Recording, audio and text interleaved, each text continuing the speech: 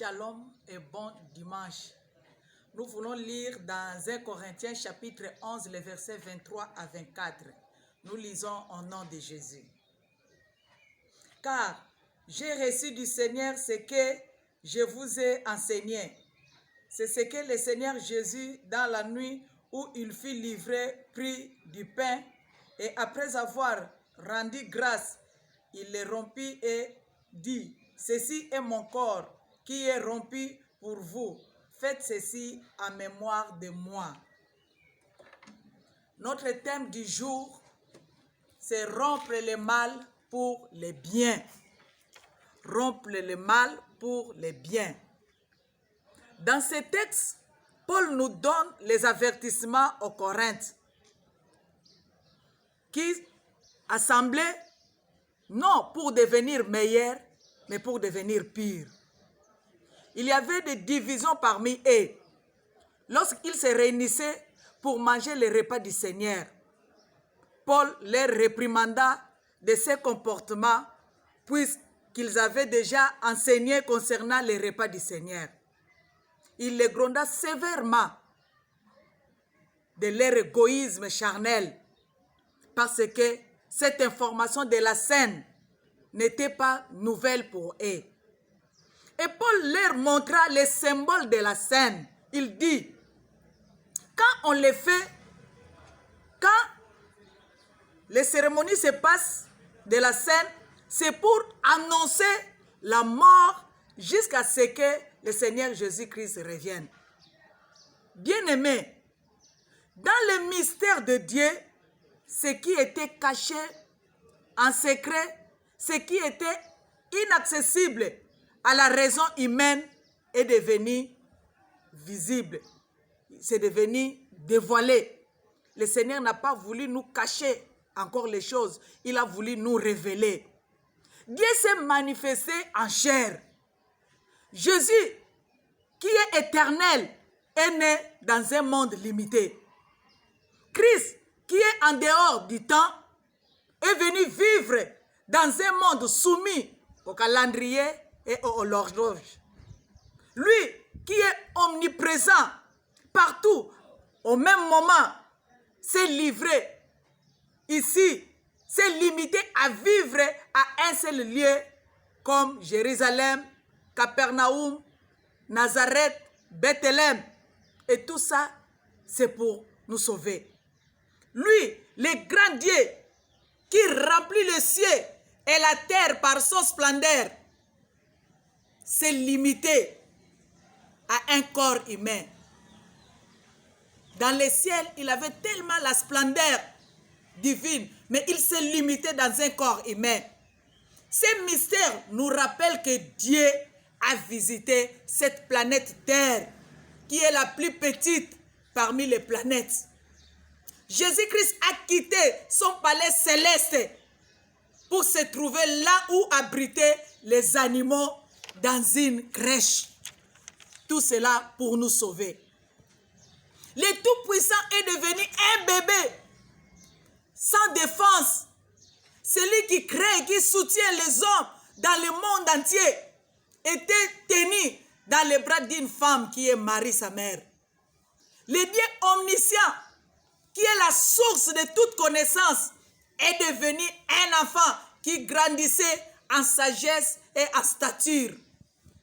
Le propriétaire de toutes choses n'a reçu aucun accueil chez lui. Il n'y en avait pas de place pour lui dans l'hôtellerie. Le monde ne l'a pas connu et les siens ne l'ont pas reçu. Le maître est venu dans le monde comme un serviteur. Le Seigneur de gloire est voilé dans un corps de chair. Le Seigneur de vie est venu dans le monde pour mourir. Le Dieu saint est venu dans un jungle de péché. Celui à qui le Père a mis son affection et que les anges adoraient a eu faim et soif. Il s'est fatigué au puits de Jacob. Il a dormi dans un bateau sur la mer de Galilée. Il a erré comme un étranger dans le monde que ses mains ont créé. Il est passé de la gloire à l'humiliation, de la richesse à la pauvreté. Tout ce qu'il avait fait, il l'a fait pour nous sauver, nous qui sommes sa créature. Christ est venu dans ce monde mourir sur la croix de Golgotha comme un voleur. Tout cela pour nous racheter. Mais bien aimé, dans la vie, il faut briser ce qui est mal. Briser ce qui met des obstacles sur votre chemin pour avancer, pour aller de l'avant. Il faut les briser. Il faut rompre avec le mal. Soyons brisés. Abandonnons le mal. Abandonnons les péchés pour bien servir le Seigneur Jésus-Christ, qui est le maître de toutes choses. Dans 1 Corinthiens 11, 23 que nous venons de lire, la Bible nous parle du pain que Christ a rompu et ses conséquences qui en découlent. Bien-aimés, dans la vie, il faut rompre quelque chose du mal. Briser, le mettre en pièces. Vous devez briser tout ce qui n'avance pas dans votre vie. Et le déposer aux pieds de Jésus-Christ. Le déposer sur la croix de Jésus.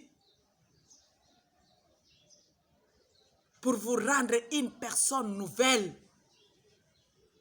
Tu dois rompre avec les mensonges.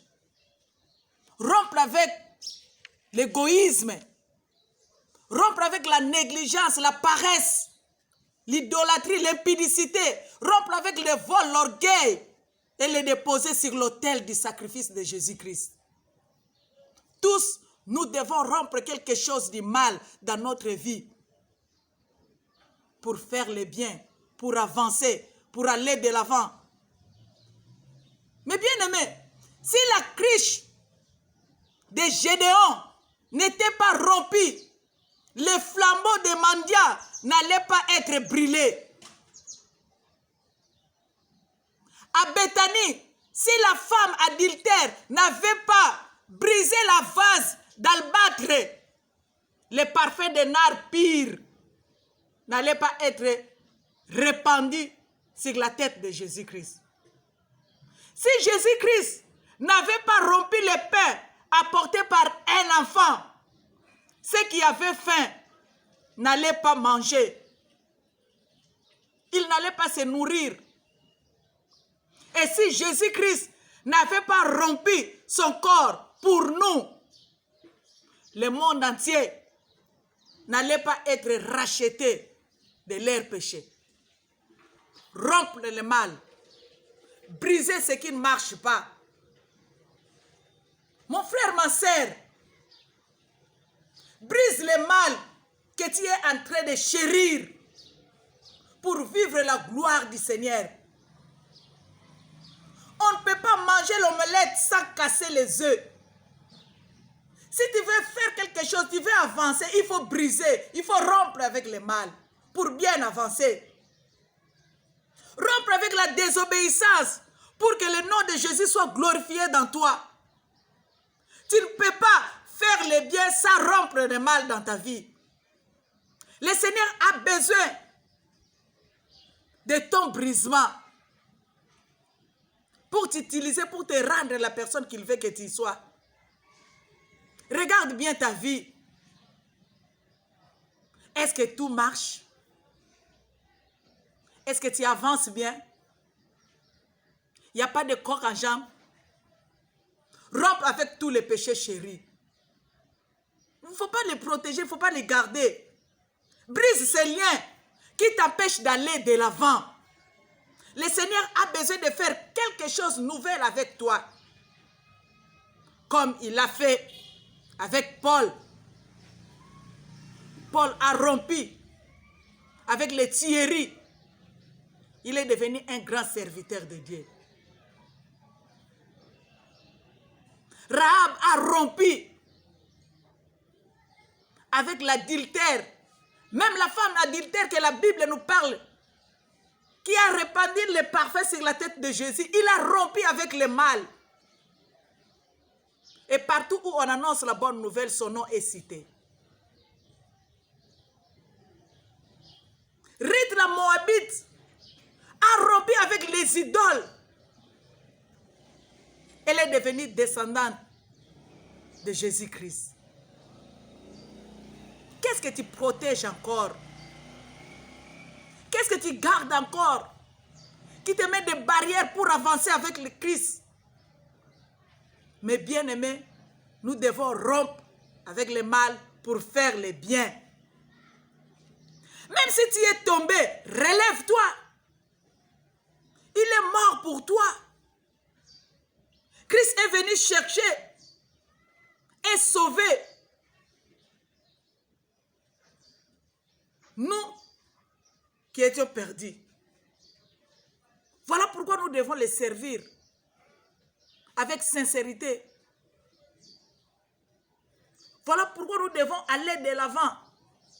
Si nous brisons tout ce qui ne marche pas sur notre chemin, pourquoi tu as peur, mon frère, ma sœur? Pourquoi tu regardes les intérêts qui t'amènera à la mort? Regarde Jésus-Christ qui est mort sur la croix de Golgotha pour te sauver. Il a besoin que tu puisses briser tout ce qui est mal. Sache que dans la vie, même si tu fais n'importe quoi, dans les péchés, dans le mal, il y aura un jour une fin. Tu peux te réjouir avec le mal que tu es en train de faire, mais il y aura un jour une fin. Tu seras jugé. Après la mort, c'est le jugement. Ce n'est pas n'importe qui va entrer dans le royaume des cieux, non.